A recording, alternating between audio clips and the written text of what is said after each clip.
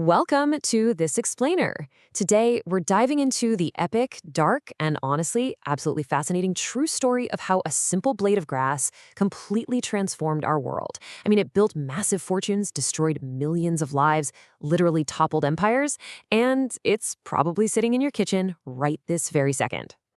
To really wrap our heads around the scale of this, just consider this for a second. Back in 1810, a single pound of sugar would cost the average English worker a full day's wages. It was a total luxury. But today, the average person consumes an astonishing 100 pounds of sugar every single year.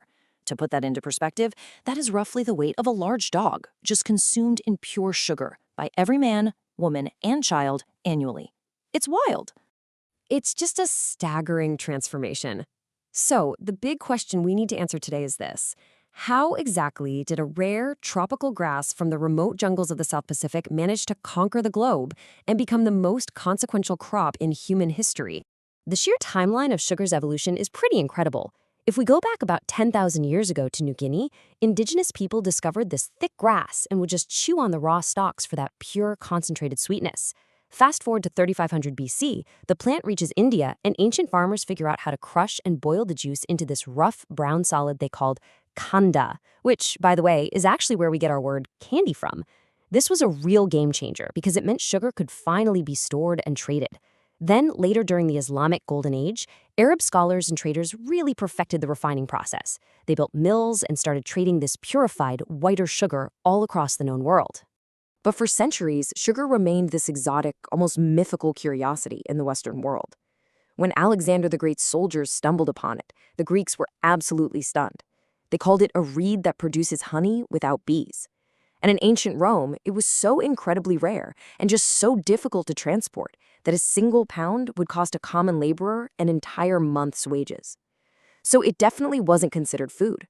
Actually, Roman doctors prescribed it strictly as medicine for things like stomach ailments and even eye infections. By the time it finally reached medieval Europe, it was treated quite literally like gold. Venetian merchants held a very strict monopoly on the European sugar trade. They'd buy it from the Middle East and then sell it at just staggering markups. Kings would use it to show off their immense wealth.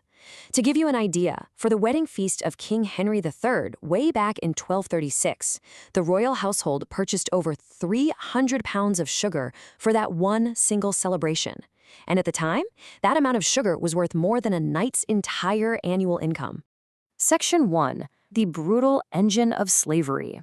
So European demand for sugar was absolutely skyrocketing at this point. But here's the catch. Sugarcane requires a tropical or subtropical climate to grow. You just can't grow it in England or France. This geographic reality brings us to the terrifying efficiency of the triangle trade. Portugal had discovered that Atlantic islands and eventually the Caribbean had the perfect climate for sugarcane.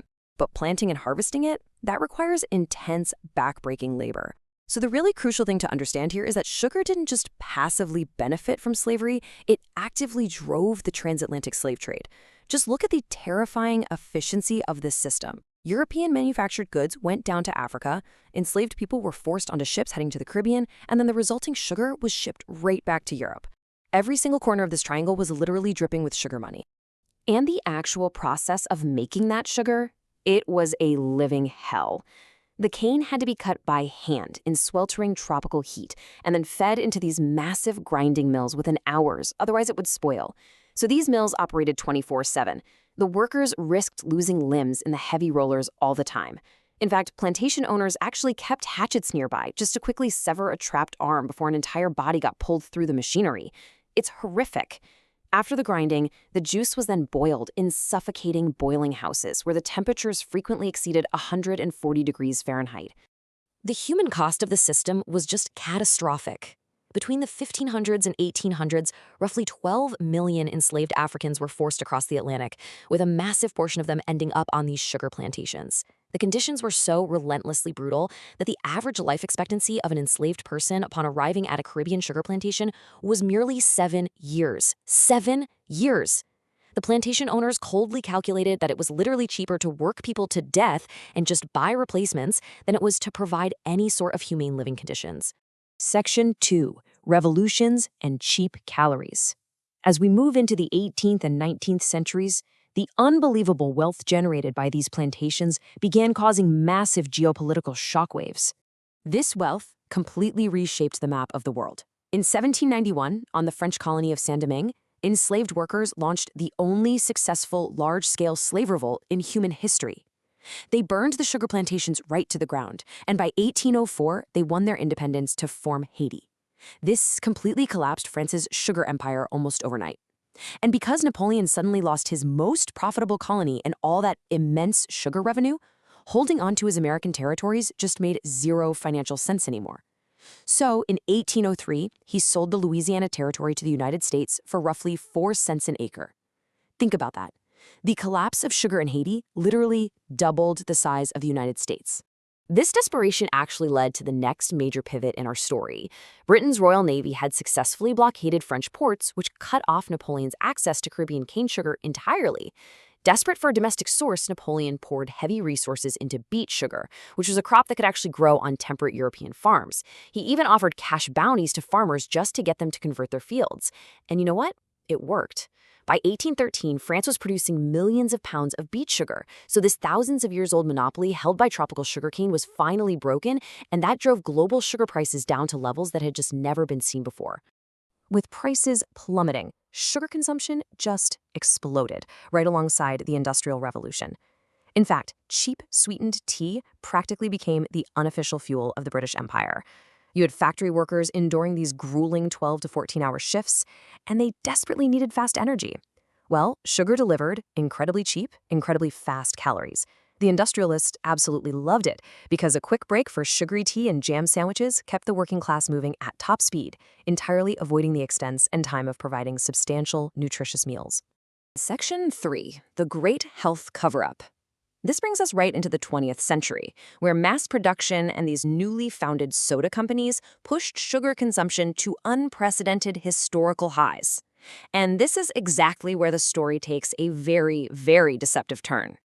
You see, by the 1950s, internal research at major sugar companies was already showing strong links between sugar consumption and heart disease. But instead of sharing this vital information, the industry just buried it. Years later, researchers at UCSF uncovered that in 1967, the Sugar Research Foundation actually paid 3 Harvard scientists the equivalent of $50,000 in today's money. What was the payment for? To publish a prestigious review that completely downplayed sugar's role in heart disease and instead shifted all the blame onto dietary fat. This one single cover-up shaped global nutritional policy for decades to come. Internal documents revealed that the sugar industry was actively utilizing what we now call the tobacco playbook. Their whole strategy was to create public doubt, fund friendly research, aggressively attack their critics, and delay any sort of government regulation for as long as humanly possible.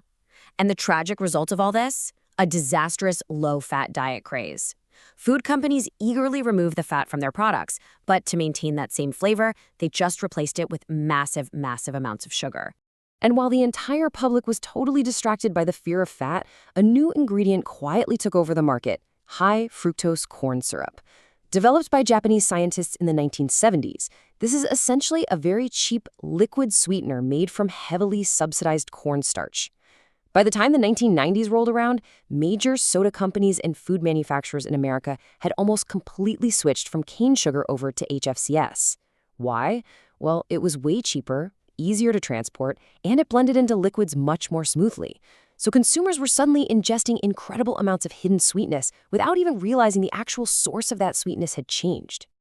Section 4. The Modern Sugar Crisis.